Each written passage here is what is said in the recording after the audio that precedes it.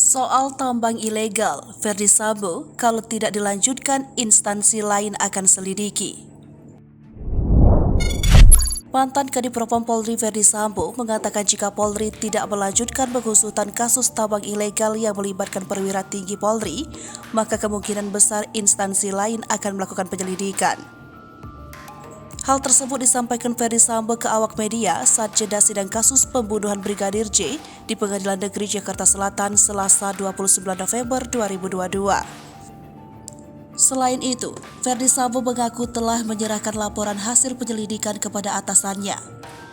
Karena dalam temuan penyelidikan tersebut ada perwira tinggi Polri di Propam yang tidak bisa melanjutkan kasus tersebut.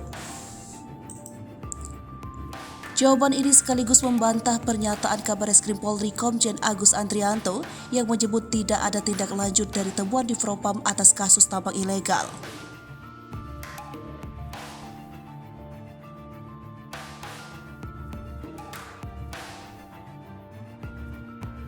Terdakwa kasus pembunuhan Brigadir J ini juga membeberkan perwira tinggi Polri yang sudah dia periksa dalam kasus tambang ilegal itu adalah Kabareskrim Komjen Pol Agus Andrianto.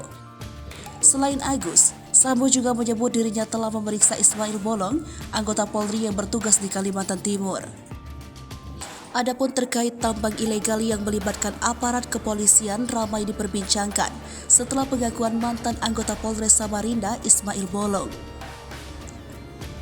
Dalam kegiatan pengepulan batu bara ilegal tersebut, Ismail Bolong mengaku mendapatkan keuntungan sekitar 5-10 miliar rupiah setiap bulannya. Dari usaha itu disebut telah menyetor duit miliar rupiah kepada Komjen Agus Andrianto. Pengakuan Ismail Bolong belakangan terungkap lewat dokumen surat hasil penyelidikan di Propam Polri yang ditandatangani mantan Kadif Propam Polri Verdi Sambo. Sambo yang kini menjadi terdakwa kasus pembunuhan Brigadir J membenarkan surat yang mencantumkan nama-nama orang yang terlibat dalam kasus tambang ilegal termasuk Komjen Agus.